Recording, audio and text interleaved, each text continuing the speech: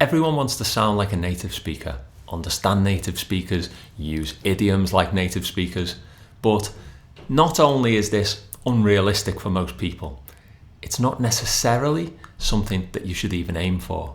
Let me tell you what I mean.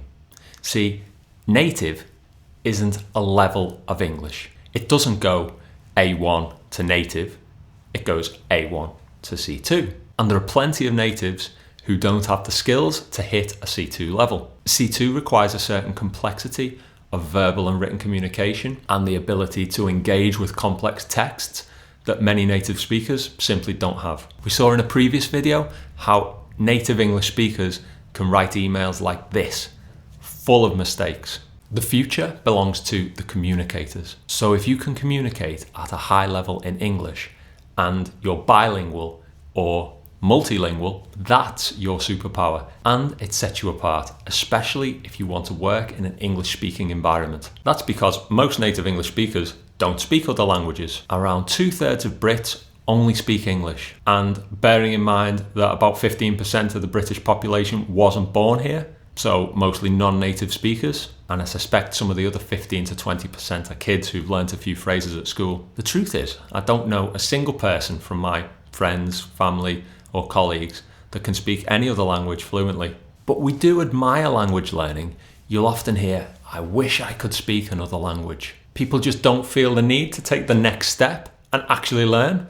We're spoiled. You can't learn all the languages, and you can get by in most places with English, so why bother learning any? This gives you, as the learner, the bilingual or multilingual person, an advantage and a slight disadvantage. The advantage is that monolingual native English speakers generally admire someone who's learnt another language. They think, "I wish I could do that," or "I'd never be able to learn another language." Now, don't get me wrong, learning any language is difficult, but I think until you've done it and become fluent in another language, most people think it's much more difficult than it actually is. I mean, to get to a decent level of fluency. Clearly, you can spend a lifetime perfecting it, but if you really set your mind to it, you can get quite good relatively quickly. The disadvantage is that many native English speakers don't know how to speak to learners who might be struggling. They will speak loud and slowly to begin with,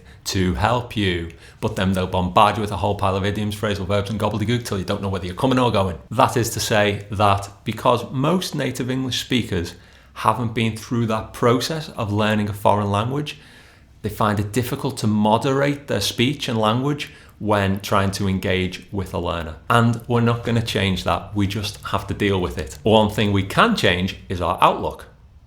A situation where I've seen this manifest is in the job interview scenario. I know lots of you are working on your English to improve your work or business opportunities, and that's great. It will certainly open doors for you. Of course, it's absolutely essential if you want to move to and live and work in an English-speaking country, but increasingly an advanced level of English is required wherever in the world you work. Now, before you land your dream job at the big multinational, the first thing you have to do is apply. The advertisement probably says, "Advanced English required." Now, don't let that put you off, unless you really don't speak English at all. But if you can understand me now, then you're probably good enough, and it's worth a shot. What's the worst that can happen? Next, you get the call to the interview, and it's in English. It's not really fair because it's not your native language, and you can't talk exactly like you would be able to if it was in your own language. Well, hard luck. Life's not fair. You'll have to work harder than the native speakers just to read, write, speak and listen, and that's before you've even done any work. Now, the interviewer will either be another non-native speaker, especially if you're applying for a position in your own country, or if you're applying for an international role, and certainly if you're applying in an English-speaking country, there might be a native speaker. And I know most non-native interviewees absolutely dread an interview with a native English speaker in English. But here's the best part. The native English speaker is probably less interested in your English. Let me explain. The vast majority of native English speakers take their English for granted. As we've said, most haven't learnt another language, so they aren't thinking about vocabulary, verbs, grammar, past, present, future. They're purely interested in communication and in your ability to do the job. Of course, your English has to be good enough, but it's not the primary focus. I've prepped plenty of students for interviews in English, and I'll say something like, give me an example of a time when you've made a decision that went wrong. And they'll say something like, I'm thinking of starting in the past simple to explain the situation. And then I'll transition into some third conditional using if I plus hadn't plus past participle. And I'm like, okay, I know I'm the English teacher, but the interview's tomorrow. And if you haven't got stuff like that sorted by now, it's not happening in the next 24 hours. So let's focus on thinking of lots of situations from your work experience and how we can apply them to all of the potential interview questions that you might be asked.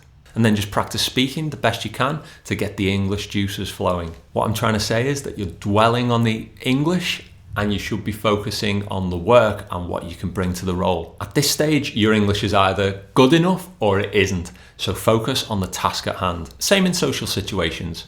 If you're talking to native English speakers, you probably sound a bit different. That's interesting. Lean into it. It's what makes you pretty cool. You should practice your pronunciation so that your communication is clear. But why would you want to sound like a native? Your accent is your badge of honor. It says, I'm an English learner and I'm proud of it. Now, you can learn a lot from the natives, but sometimes they're just plain contradictory. I've been thinking a lot about idioms and expressions recently. And as you may know, idioms are expressions with non-literal meanings. You can't tell the meaning even if you understand all the words. Things like sugar daddy or cool as a cucumber. And my ears pricked up when I heard this at the office last week. I was literally laughing my head off. So we have the non-literal idiom, laughing my head off, means to laugh a lot, but your head isn't really coming off your body. And then they added literally, and that blew my mind. Literally. And it gets worse for the natives. Native English speaking teachers aren't always the best teachers because they're too good at English, if that makes sense. Speaking English comes so naturally to us native English speakers that sometimes we don't realise where learners might struggle. We explain difficult words using more difficult words. Mr. D, what's a crackdown? Oh, it's just like a clamp down. Great. Non-native teachers can be great. You only have to be a couple of steps ahead of the learner, and because they've been there themselves, they can explain things in a way that makes sense. So maybe we don't need native English speakers at all. To hell with the natives. Learners of the future. Well, not so fast.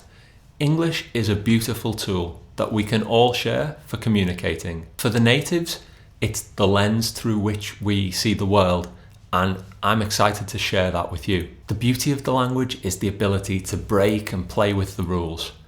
New words, invented words, wordplay, rhythm and rhyme. So don't put the idea of native speaker on a pedestal. It's not the be all and end all. But if you want to play the game of language learning and communication, you could still learn a thing or two from the natives.